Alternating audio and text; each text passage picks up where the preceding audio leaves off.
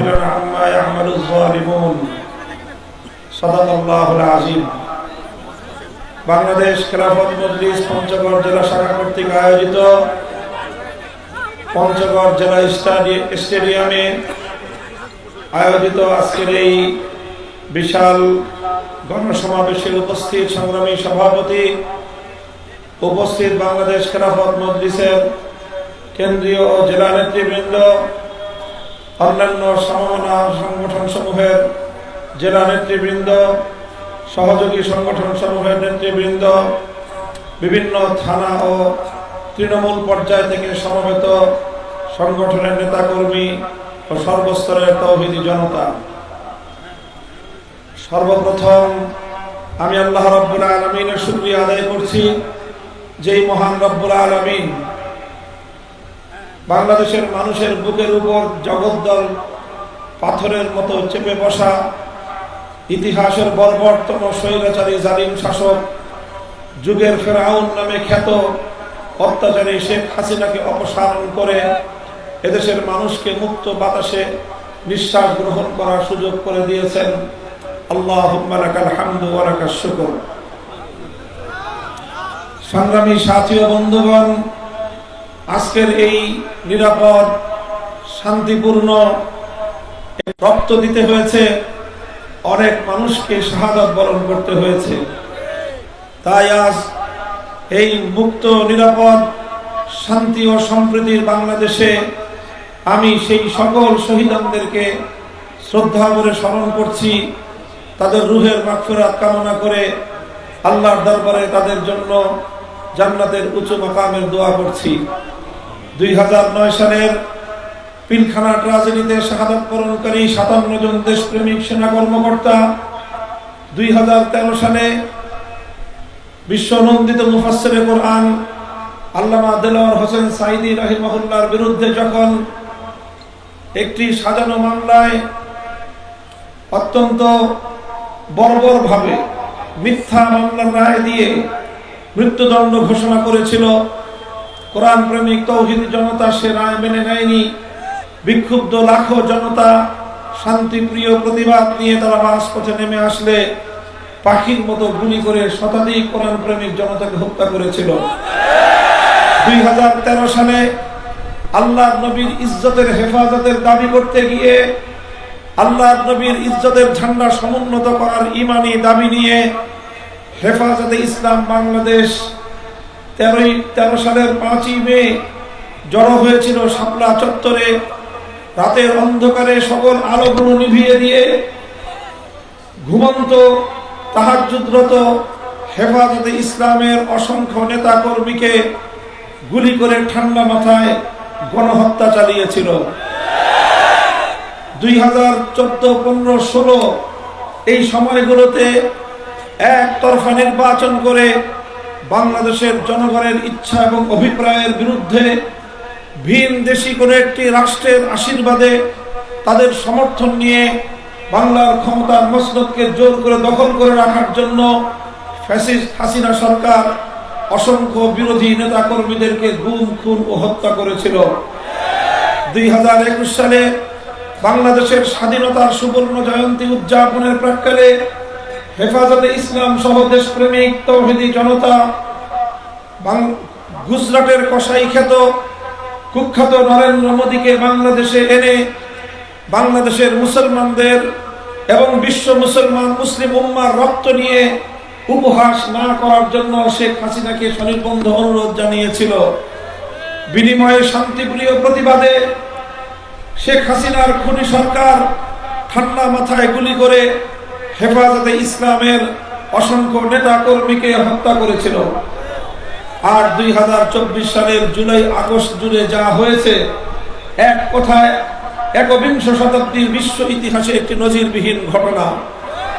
এভাবে টার্গেটকৃত শান্তভাবে ঠান্ডা মাথায় ছাত্র জনতাকে খুন করা যায়, দেশের প্রত্যন্ত অঞ্চলে হত্যা করে গোটা দেশটাকে একটি বদ্ধভূমিতে পরিণত করা যায়, শেখ হাসিনার শাসন না দেখলে এ কথা বিশ্বাস করার উপযুক্ত ছিল না। দেশের মানুষের ট্যাক্সের টাকায় কেনা দেশের জনগণের নিরাপত্তায় নিয়োজিত হেলিকপ্টার দিয়ে আকাশ থেকে গুলি করে করে হত্যা করেছে। হাতুড়ি লীগ, হেলমেট লীগকে নামিয়ে দিয়ে বাংলাদেশের প্রতিটি জেলায় জেলায় স্কুল, কলেজ, ইউনিভার্সিটি, মাদ্রাসার ছাত্রদেরকে হত্যা করেছে। 3 বছরের শিশু পর্যন্ত বাবার কোলে থেকেও ঘরের মধ্যে রেহাই পায়নি। সহস্রাধিক প্রাণকে হত্যা করে এরপরও শেখ হাসিনার রক্ত তৃষ্ণা মেটেনি। সে চেয়েছিল লক্ষ মানুষকে হত্যা করতে হলে তাও করবে, ক্ষমতার মসনদ ছাড়বে না। এমন একটি পরিস্থিতিতে আমার আল্লাহ পাক গ্রহণ করেছিলেন। এদেশের মানুষ একটি শপথ করেছিল, আর মানুষের সেই শপথের কথা ব্যক্ত হয়েছিল একজন পুলিশ কর্মকর্তার ভাষায়। আপনারা দেখেছেন সামাজিক যোগাযোগ মাধ্যমে ব্যাপকভাবে প্রচারিত একটি দৃশ্য। একজন পুলিশ কর্মকর্তা তৎকালীন খুনি স্বরাষ্ট্রমন্ত্রীকে বলছিল যে, স্যার, একটা গুলি করলে একটাই মরে, বাকিটি ভাগে না, অন্যগুলো যায় না, বরং আরো আগে আসে। এই যে সাহস, এ শক্তি, এটা আল্লাহ পাক জুগিয়েছিলেন বাংলাদেশের তরুণ প্রজন্মের হৃদয়ে। তারা শপথ করেছিল, জীবন দিতে হলে জীবন দেব, রক্ত দিতে হলে রক্ত দেব, তবু এদেশের মানুষকে জালিমের হাত থেকে মুক্ত করে ছাড়ব। মায়েরা সন্তানদেরকে আদর করে, সোহাগ করে, নিজে হাতে ধরে রাজপথে এনে দেশের জন্য, জনগণের জন্য উৎসর্গ করে বলেছিলেন, আমার এক সন্তান, তুমি যাও, তোমার আত্মত্যাগের বিনিময়ে বাংলাদেশের আগামী প্রজন্ম মুক্তি পাবে। যে দেশের মায়েরা, যে জাতির মায়েরা হাসি মুখে নিজের সন্তানকে সত্যের জন্য উৎসর্গ করতে পারে, আমি বিশ্বাস করি সে জাতিকে দাবায় রাখার কোন শক্তি পৃথিবীতে নাই।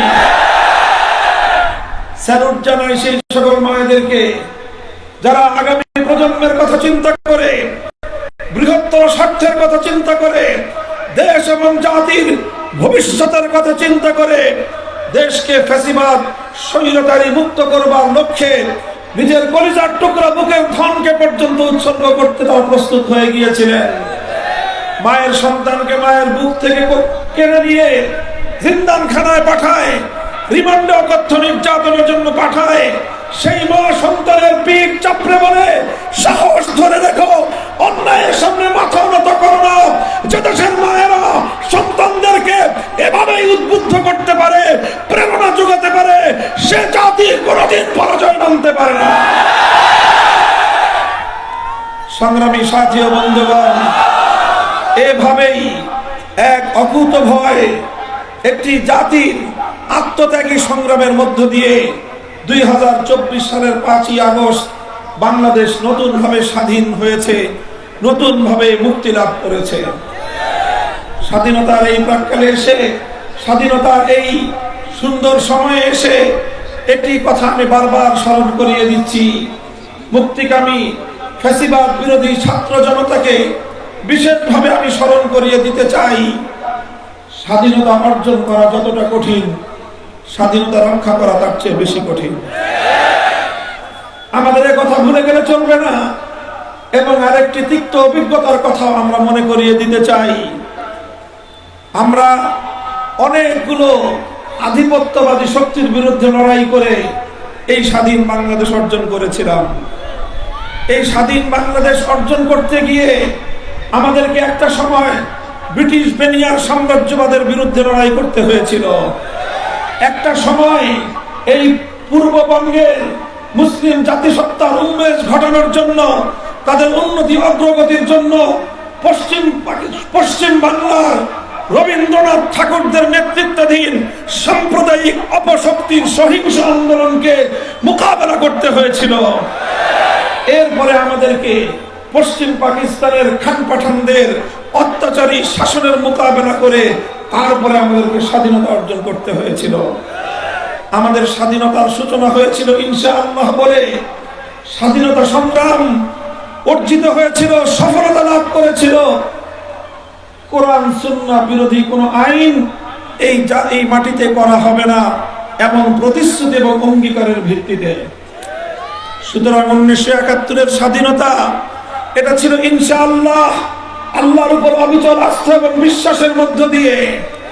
৭১-এর স্বাধীনতা অর্জিত হয়েছিল কোরআন বিরোধী, সুন্নাহ বিরোধী কোন আইন তৈরি না করার কমিটমেন্ট এবং অঙ্গীকারের ভিত্তিতে।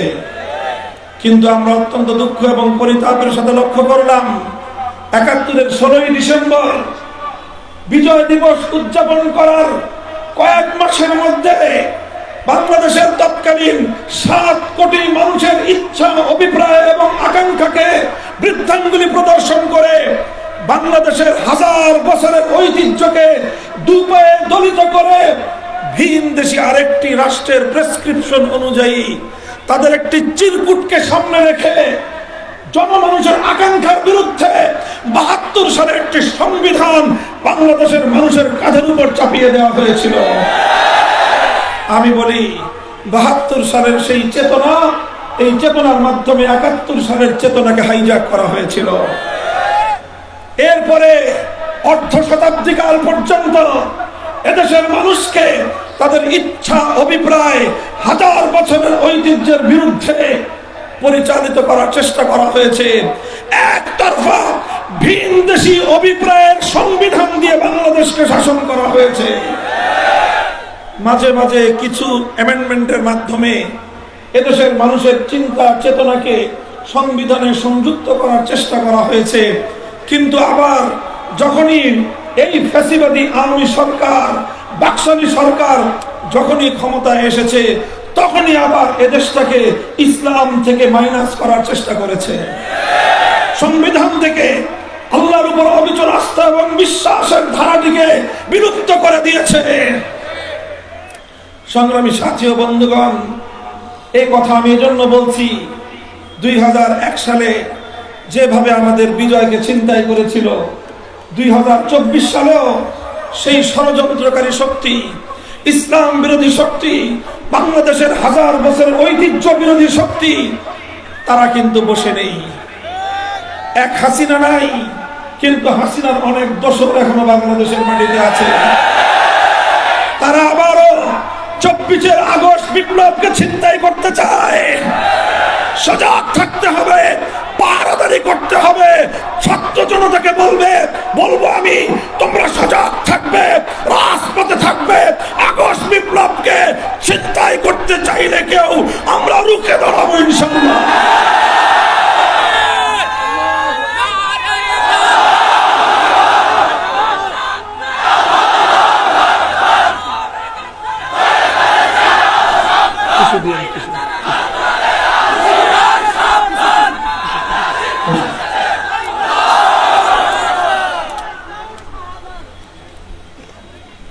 সংগ্রামী সাথী ও বন্ধুগণ, ফ্যাসিস্ট শেখ হাসিনা সরকারকে নিয়ে বেশি আলোচনা করতে চাই না।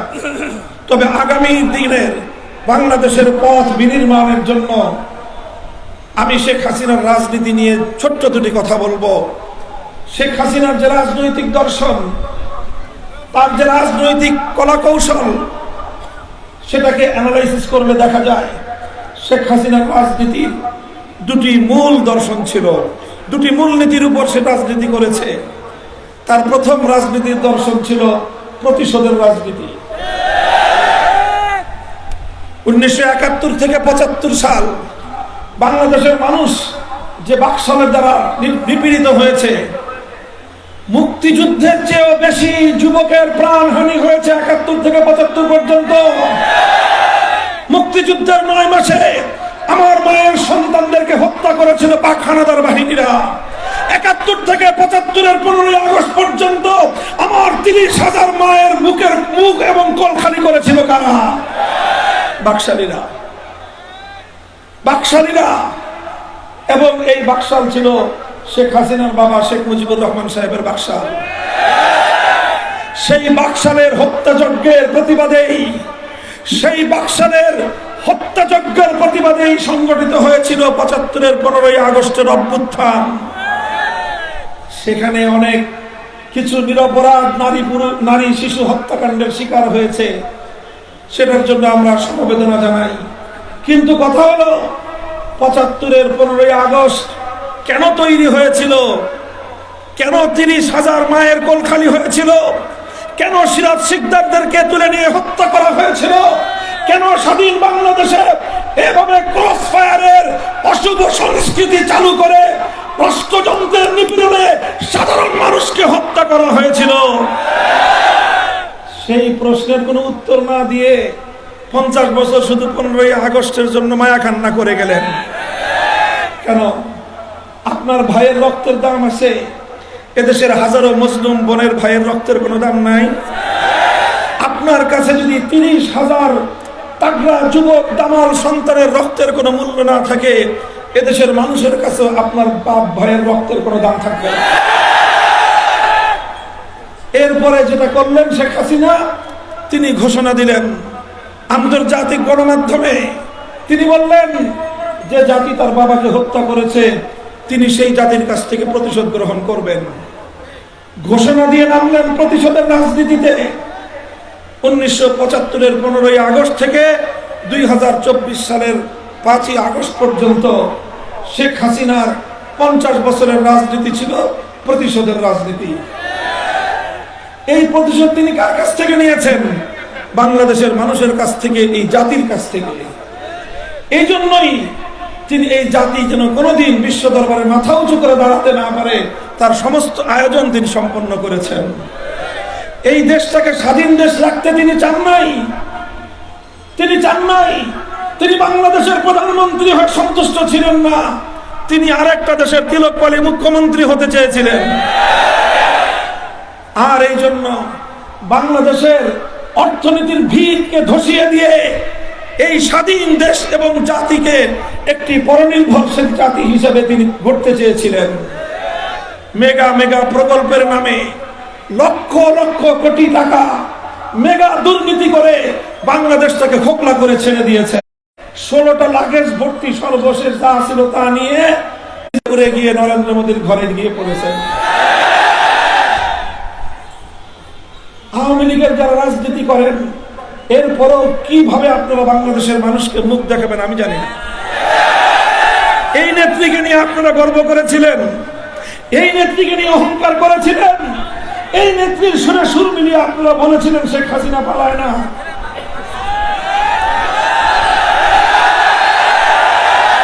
শেখ হাসিনা পালায় কি পালায় না? বলেন, শেখ হাসিনা পালায় না পালায় না? একটাবার তো শেখ হাসিনা চিন্তা করে নাই যে দেশে 70 বছর ঐতিহ্যবাহী তার সংগঠন, তার বাবার সংগঠন আওয়ামী লীগের হাজার হাজার লক্ষ লক্ষ নেতা কর্মীর কি হবে? একটাবার ভেবেছে? ভাবে নাই। কারণ শেখ হাসিনা শুধু বাংলাদেশ নয়, আওয়ামী লীগের বিরুদ্ধে প্রতিশোধ নিয়েছে। সে বলেছিল 75 সালে যখন আমার বাপকে খুন করেছিল, হে আওয়ামী লীগের নেতা কর্মীরা তোমরা কোথায় ছিলে? বুঝেন নাই আওয়ামী লীগের নেতা কর্মীরা? শেখ হাসিনা শুধু বাংলাদেশের পিছনে বাস দেয় নাই, আপনাদের পিছনে বাস দিয়ে গেছে। কাজী আওয়ামী লীগের নেতা কর্মীদেরকে বলবো, যদি কেউ ভালো মানুষ থেকে থাকেন, যদি সুষ্ঠু চিন্তার রাজনীতি করার মতো ন্যূনতম বুদ্ধি বিবেক থেকে থাকে, তাহলে আপনারা সর্বপ্রথম শেখ হাসিনার বিরুদ্ধে বিচার করার ব্যবস্থা করেন। তারপরে আওয়ামী লীগের নাম ধুয়ে মুছে পরিষ্কার করেন, নতুন নাম নিয়ে বাংলাদেশের রাজনীতিতে আসেন। এর আগে একটা গণতওবা করবেন। আপনারা এরকম শেখ হাসিনার মতো প্রতিশোধ পরায়ণ, বুদ্ধি প্রতিবন্ধী একটা মানসিক রোগী সাইকোপ্যাথকে বছরের পর বছর ধরে বাংলাদেশের মানুষের কাঁধের উপর বসিয়ে এই দেশটাকে শাসন আর শোষণ করার ব্যবস্থা করেছেন। শুধু এই কারণে আওয়ামী লীগের সমস্ত নেতা কর্মীদের বিচার হওয়া দরকার, যে কেন এরকম মানসিক বৈকল্যের শিকার একটা মানুষকে তাদের নেত্রী বানিয়ে এ দেশটাকে, মানুষটাকে, তার মানুষকে, এই জনগণকে তারা কেন নির্যাতন চালানো। এই ছিল শেখ হাসিনার রাজনীতি। তার রাজনীতি ছিল প্রতিশোধ গ্রহণের রাজনীতি, আর তার রাজনীতি ছিল বিভাজনের রাজনীতি। যে তার কথা শুনে না, যে তার শুনে শুনে মিলায় না, তুই রাজাকারের বাচ্চা। 4 কোটি ছাত্র জনতা, এদেশের সোনালী সন্তান, বাস ওনার কথা মানে নাই, তোরা সব রাজাকারের বাচ্চা। শুধু শেখ হাসিনা আর তার সন্তানরাই মুক্তিযুদ্ধের সন্তান, আর তার পরিবারের বাইরে যা আছে সব রাজাকার। এই বলে নাই? এদেশের মানুষ, এদেশের ছাত্র জনতা কতটা অতিষ্ঠ হবে। প্রতিটি বিশ্ববিদ্যালয় থেকে স্লোগান উঠেছিল, আমি কে তুমি কে। কতটা জ্বালা যন্ত্রণা দিয়েছে শেখ হাসিনা, কিভাবে দেশটাকে বিভক্ত করেছে। সংগ্রামী সাথী ও বন্ধুগণ, এই শেখ হাসিনার ওই গল্প বলতে গেলে সারাদিন শেষ হয়ে যাবে। তার রাজনীতির এই সকল কূটকৌশল, তার যে মানুষের প্রতি ক্ষোভ, এই জাতির প্রতি তার যে বিদ্বেষ, এটা এক ভয়ঙ্কর বিষয় ছিল। এই সকল ষড়যন্ত্রের মোকাবেলায় আমার দেশের ছাত্র জনতা আল্লাহর রহমতে বিজয় অর্জন করেছে। কিসের মাধ্যমে বিজয় অর্জন করেছে? একটি শক্তি তারা অর্জন করেছিল, সেটা হলো শেখ হাসিনার প্রতিশোধ এবং বিভাজনের বিরুদ্ধে তারা সম্প্রীতি এবং ঐক্যের রাজনীতি করেছিল। ছাত্র জনতা এমন ভাবে একটা ঐক্য করে তুলল যে ঐক্যে ইসলামী সংগঠনগুলো আছে, আবার অন্যান্য সংগঠনগুলো ঐক্যের মধ্যে সাড়া দিয়েছে। এই ঐক্যে একদিকে যেমন স্কুল কলেজ ইউনিভার্সিটির স্টুডেন্টরা ছিল, আলিয়া মাদ্রাসা কওমি মাদ্রাসার ছাত্ররাও ভেদাভেদ ভুলে গিয়ে হাতে হাত রেখে টেকনাফ থেকে তেতুলিয়া পর্যন্ত মানব প্রাচীন করে তুলেছিল। আর কি করেছিল? আর করেছিল জেলা শহরকে তারা প্রকম্পিত করে তুলেছে।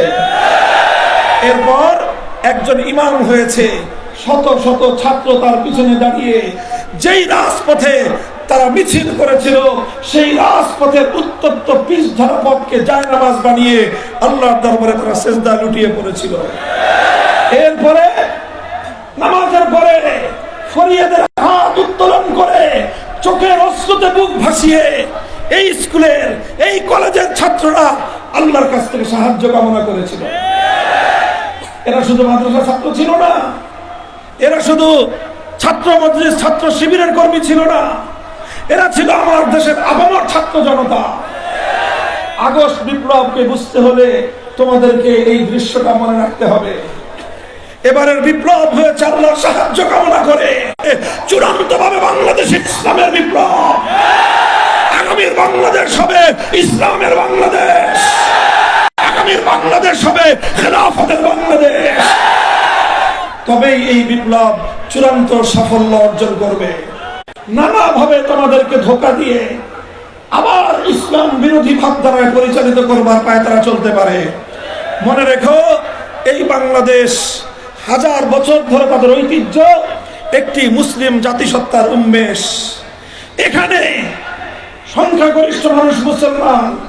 এই মুসলমানদের ধর্মীয় চেতনার প্রতি সম্মান দেখাতে হবে এবং এই মুসলমানরা ইসলামের নির্দেশেই সংখ্যালঘু সকল সম্প্রদায়ের তাদের জান, মাল, ইজ্জত, আব্রু এবং ধর্মীয় নিরাপত্তা বিধান করবে। আপনারা দেখেছেন এই আগস্ট বিপ্লব, 5ই আগস্টের পর থেকে প্রায় আজকে 1.5 মাস অতিক্রান্ত হতে চলেছে, বাংলাদেশে কোথাও কোনো সংখ্যালঘু নির্যাতনের নাটক নাই। আছে?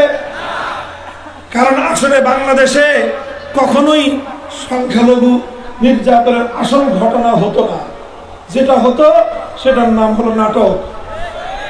এই নাটকের কলা কুশীলব ছিল শেখ হাসিনা এবং তার দোসরেরা। এরা রাতের অন্ধকারে কালনাগিনী হয়ে সংখ্যালঘুদেরকে ছবল মারত, দিনের আলোতে ওরাই আবার ওঝা হয়ে থাকতে আসতো। এই ছিল বাংলাদেশে শেখ হাসিনা এবং আওয়ামী লীগের সংখ্যালঘু প্রীতির আসল কাহিনী।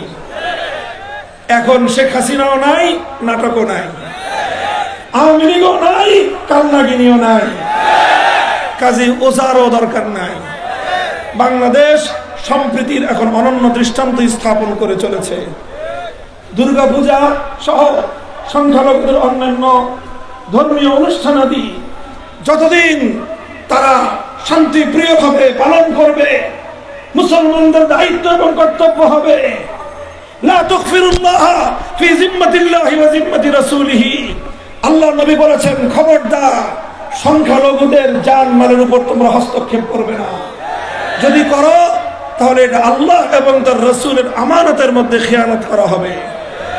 আমি বলতে চাই, ইসলাম প্রিয় জনতা, হেফাজতে ইসলাম বাংলাদেশ সহ সকল ইসলামী সংগঠনগুলো, মসজিদের ইমাম সমাজ, আলেম সমাজ, আমাদেরই প্রধান দায়িত্ব হলো সংখ্যালঘুদেরকে নিরাপত্তা দেওয়া। প্রশাসন কি করবে না করবে সেটা প্রশাসনের ব্যাপার। বাংলাদেশে পুলিশ বিভাগকে যেভাবে শেখ হাসিনা দলীয়করণ করেছিল, শেখ হাসিনার দলীয়করণের কারণে আজকে পুলিশ বাহিনীর মনোবল ভেঙে খান খান হয়ে গিয়েছে। এর দায় শেখ হাসিনার, এর দায় আওয়ামী লীগের। এখান থেকে পুলিশ বাহিনীকে বেরিয়ে আসতে হবে, দেশের জন্য কাজ করতে হবে। পুলিশ বাংলাদেশের রাষ্ট্রের ঊর্ধ্বে গিয়ে প্রশাসনকে নিরপেক্ষভাবে সেবায় নিয়োজিত থাকতে হবে। আগামী দিনে এভাবে আমরা বাংলাদেশ দেখতে চাই। কথা বলেন ঠিক না বেঠিক? শেখ হাসিনা সীমান্তের অপর প্রান্তে আপায় নাকি বাংলাদেশের সীমান্তের কাছাকাছি কোথাও আছে, সুযোগ পেলেই চক্করে ঢুকে পড়বেন। আমাদের যুব মাসুম সাহেব বলছেন, আসেন, এদেশের মানুষ আপনারা তালাশ করতেছে, খুঁজতেছে দেশের মানুষ। 15টা বছর এই দেশের মানুষের কম জ্বালান নাই আপনি। এদেশের হাজার হাজার মায়ের কোল খালি করেছেন, মায়ের বুকের স্বপ্ন আপনি ধূলিসাৎ করে দিয়েছেন। আজও বাংলাদেশের নিভৃত অঞ্চলের হাজারো শত মা প্রতি রাতে নির্ঘুম রাত কাটায়, পথের পানে চেয়ে থাকে, দীর্ঘশ্বাস ছাড়ে। এই বুঝি তার ঘুমের শিকার কলিজার টুকরা তার সন্তান বুঝি আবার ফিরে আসবে? আসে না। মায়ের অপেক্ষার প্রহর শেষ হয় না। এ মা যতদিন বেঁচে থাকবে, তার বুক থেকে নির্গত দীর্ঘশ্বাস এবং তার অভিশাপ শেখ হাসিনা তোমাকে তাড়া করে ফিরবে। এ থেকে তুমি মুক্তি পাওয়ার কোনো উপায় নাই তোমার। সংগ্রামী সাথী ও বন্ধুগণ, আমরা এখন এমন একটা পর্যায়ে এসেছি যে এই শেখ হাসিনা, তার পতিত সরকার এবং শেখ হাসিনার পিছনের শক্তি যারা বাংলাদেশের 18 কোটি মানুষের স্বার্থের দিকে না তাকিয়ে তাদের নিজেদের স্বার্থের দিকে তাকিয়ে শেখ হাসিনাকে তারা জোরপূর্বক ক্ষমতার মসনদে আসীন রেখেছিল, বাংলাদেশকে বিশ্ব দরবার থেকে বিচ্ছিন্ন করেছিল, আন্তর্জাতিক শক্তিগুলোকে মোকাবেলা করে বাংলাদেশে ফ্যাসিবাদ তৈরি করেছিল পার্শ্ববর্তী একটি রাষ্ট্র। ওরা কিন্তু বসে নাই, ওরা সুযোগ খুঁজছে বাংলাদেশের মধ্যে কিভাবে আবার বিশৃঙ্খলা তৈরি করা যায়, কিভাবে দেশের মধ্যে আবার একটা বিভক্তি তৈরি করা যায়। এই জন্য সকল ফ্যাসিবাদ বিরোধী সকল পক্ষকে আমি আহ্বান জানাবো। প্রধান বিরোধী দল ছিলেন বিএনপি, জামায়াতে ইসলামী, ইসলামী আন্দোলন বাংলাদেশ, হেফাজতে ইসলাম বাংলাদেশ, বাংলাদেশ খেলাফত মজলিস, গণ অধিকার পরিষদ, গণতন্ত্র মঞ্চ, এনডিপি, এলডিপি, যত পক্ষ আছে, আমাদেরকে ভুলে গেলে চলবে না যে শেখ হাসিনা চলে গেলেও তার প্রেতাত্মা কিন্তু সব চলে যায় নাই। আমরা রাজনীতি করব, আমাদের মধ্যে আদর্শের ভিন্নতা আছে, আমাদের মধ্যে মতাদর্শের ভিন্নতা, মতের পার্থক্য আছে, কিন্তু সব মত, সকল মতাদর্শের ঊর্ধ্বে উঠে ফ্যাসিবাদের বিরুদ্ধে আমাদের ঐক্যটাকে আরো বহুদিন ধরে রাখতে হবে। এখনই নিজেদের মধ্যে বিভেদে জড়িয়ে পড়লে আত্মঘাতী হবে। কাজেই সেটার প্রতি আমি সকলকে দৃষ্টি আকর্ষণ করছি। এই দুদিন আগে আপনারা দেখেছেন গোপালগঞ্জে স্বেচ্ছাসেবক দলের কেন্দ্রীয় নেতাকে কিভাবে তারা হত্যা করেছে এই শেখ হাসিনার লেসপেন্সাররা। বুঝতে পারেন সুযোগ পেলেই কিন্তু তারা ছবল মারবে। কাজেই হুঁশিয়ার এবং সতর্ক থাকতে হবে আমাদেরকে। আমার আখেরি কথা, দেখেন আমাদের চূড়ান্ত লক্ষ্য আল্লাহর জমিনে আল্লাহর দ্বীনকে বিজয়ী করা। আমাদের চূড়ান্ত টার্গেট আল্লাহর জমিনে খেলাফতে ইলাহিয়া বাস্তবায়ন করা। আল্লাহর দ্বীনকে প্রতিষ্ঠিত করার মাধ্যমে মানবতার চূড়ান্ত মুক্তি আমরা অর্জন করতে চাই। আমরা বিশ্বাস করি আল্লাহর জমিনে আল্লাহর দ্বীন ছাড়া, আল্লাহর দেওয়া রাজনৈতিক বন্দোবস্ত ছাড়া অন্য কোন তন্ত্রমন্ত্রের মাধ্যমে মানবতার পূর্ণাঙ্গ মুক্তি হওয়া সম্ভব নয়। ইসলামের দৃষ্টিতে আল্লাহর দ্বীনকে বিজয়ী করার ক্ষেত্রে জাতি হলো তিনটা ভাগে বিভক্ত। কয় ভাগে? এক ভাগ আমরা যারা আমাদের জীবন প্রাণ সবকিছু দিয়ে আমাদের জীবনের লক্ষ্য হলো আল্লাহর জমিনে আল্লাহর খেলাফত কায়েম করা। আরেকটা পক্ষ হলো তারা যে কোনো মূল্যে ইসলামকে প্রতিহত করতে চায়। শেখ হাসিনা এবং তার দোসররা হলো এই পক্ষে, তারা ইসলামকে প্রতিহত করাই তাদের রাজনীতি। আরেকটা পক্ষ আছে মাঝামাঝি, তারা ইসলামও চায় না, আবার ইসলামকে প্রতিহত করার জন্য উঠে পড়েও লাগে না। আমাদের কাজ হলো পর্যায়ক্রমে আল্লাহর পয়গম্বরের আদর্শ সুন্নতে নবী অনুসরণ করে ধাপে ধাপে ইসলামকে রাষ্ট্রীয় পর্যায়ে বাস্তবায়ন করার দিকে অগ্রসর হওয়া। কাজে এই জন্য আমি সকলের প্রতি উদাত্ত আহ্বান জানাবো, আমি সকলকে উদাত্ত আহ্বান জানাবো, আমরা ধাপে ধাপে যেন বাংলাদেশে ইসলামকে রাষ্ট্রীয় পর্যায়ে প্রতিষ্ঠিত করতে পারি। খেলাফতের রাষ্ট্র যেটাকে বলা হয়, সেই সনদের ভিত্তিতে একটা সময় পর্যন্ত মদিনাকে পরিচালনা করতে হয়েছে। এরপরে গিয়ে আল্লাহর নবী মদিনাকে কেন্দ্র করে ইসলামী রাষ্ট্র প্রতিষ্ঠা করেছিলেন। আমাদেরকেও আল্লাহর নবীর সেই ধারা অনুসরণ করতে হবে। কথা বলে ঠিক না বেঠিক? পঞ্চগড়ের মুসলমান, আপনাদের অনেক ত্যাগ এবং কোরবানি রয়েছে। আপনাদের এলাকায় বিভিন্ন ইসলাম বিরোধী তৎপরতা এই সরলতার সুযোগ নিয়ে মাথাচাড়া দিয়ে উঠেছে। খ্রিস্টান মিশনারিদের ধর্মান্তকরণের একটা ফিতনা, কাদিয়ানীদের মুসলমানদেরকে অথবা কাদিয়ানী ধর্মে দীক্ষিত হয়েছে তাদেরকে দাওয়াত দিয়ে বুঝিয়ে ইসলামের সত্যতার কথা বুঝিয়ে আবার তাদেরকে মুরতাদ হওয়ার পথ থেকে ইসলামের দিকে ফিরিয়ে আনার জন্য অব্যাহত চেষ্টা চালিয়ে যেতে হবে। প্রশাসনকে বলবো, কাদিয়ানীদেরকে নিয়ন্ত্রণ করেন। তারা যেন আমার কোন সরল প্রাণ মুসলমানকে তাদের দারিদ্র্যের সুযোগ নিয়ে, দুর্বলতার সুযোগ নিয়ে ইসলামের পথ থেকে কোন ইমানদারের ইমান যেন হরণ করতে না পারে। সেটা যদি করে, আর তারা যদি আমার নবীর ইজ্জত নিয়ে, আমার নবীর খতমে নবুয়তের সিংহাসন নিয়ে টানা হেচড়া করতে থাকে, আমরা সব সময় নীরব থাকতে পারবো না। এখানে আমাদের বাইন্ডিংস আছে, এখানে আমাদের সীমাবদ্ধতা আছে। দয়া করে এই কথাগুলি বুঝবার চেষ্টা করেন। আর আমাদের অসংখ্য ভাইয়েরা কাদিয়ানীদের মিথ্যা মামলার শিকার। দয়া করে ফ্যাসিবাদের আমলে দায়েরকৃত অন্য সকল মিথ্যা মামলার আগে পঞ্চগড়ে কাদিয়ানীদের দ্বারা দায়েরকৃত সকল মিথ্যা মামলা প্রত্যাহার করতে হবে হিসেবে থাকি।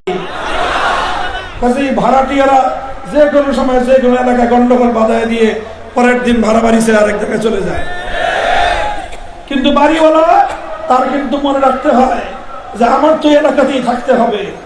কাজে এলাকায় শান্তি শৃঙ্খলা রক্ষা করার জন্য বাড়িওয়ালারা তৎপর হয়, ভাড়াটিয়ারা তৎপর হয় না। কাজেই আপনারা পঞ্চগড়ের ভাড়াটিয়ারা বাড়িওয়ালা, বাংলাদেশের মুসলমানরা ইসলামের উদার নীতিতে বিশ্বাসী এবং তারা সকল ধর্ম এবং মতের ধর্মীয় যে অধিকার ইসলাম প্রদত্ত সেটা বাস্তবায়নে বিশ্বাসী। ইনশাআল্লাহ আমার এই কথার পরে 1 মাস পরে আমরা আবার সংবাদ দিব যে পঞ্চগড়ে কাদিয়ানীদের দ্বারা দায়েরকৃত মিথ্যা মামলাগুলোর কি হলো। 1টা মাস সময় দিলাম, কারণ আমরা অতি তাড়াহুড়া বিশ্বাসী না, যৌক্তিকভাবে সকল কাজের সমাধান করতে চাই। 1 মাসের মধ্যেও যদি কার্যকর কোনো পদক্ষেপ না হয়, তাহলে আমার ভাইদের রক্ষা করার জন্য আমাদেরকে পরবর্তী পদক্ষেপ ঘোষণা করতে হবে। সংগ্রামী সাথী ও বন্ধুগণ, দীর্ঘ সময় জুড়ে আজকে সকলকে সেজন্য অভিনন্দন জ্ঞাপন করছি। কষ্ট স্বীকার করে এখানে এসে দীর্ঘ সময় পর্যন্ত আমাদের বক্তব্যগুলো শুনলেন। অনুরোধ থাকবে, বক্তব্য শুধু শুনে নয়, বরং হৃদয়ঙ্গম করে দায়িত্ব বুঝে নিয়ে যার যার ঘরে ফিরবেন। আপনারা বাংলাদেশ খেলাফত মজলিসের হাতকে শক্তিশালী করবেন তো ইনশাআল্লাহ। বাংলাদেশ খেলাফত মজলিস যুব মজলিস, ছাত্র মজলিস আপনাদেরকে নিয়ে ইনশাআল্লাহ একটি সুন্দর ইসলামী বিপ্লবের মাধ্যমে বাংলাদেশকে চূড়ান্ত সফলতার মন্দিরে পৌঁছে দিতে বদ্ধপরিকর। নাসরুম মিনাল্লাহি ওয়া ফাতহুন করিব। বাংলাদেশ জিন্দাবাদ, বাংলাদেশ খেলাফত মজলিস জিন্দাবাদ। ওয়া আখিরু দাওয়ানা আলহামদুলিল্লাহি রাব্বিল আলামিন।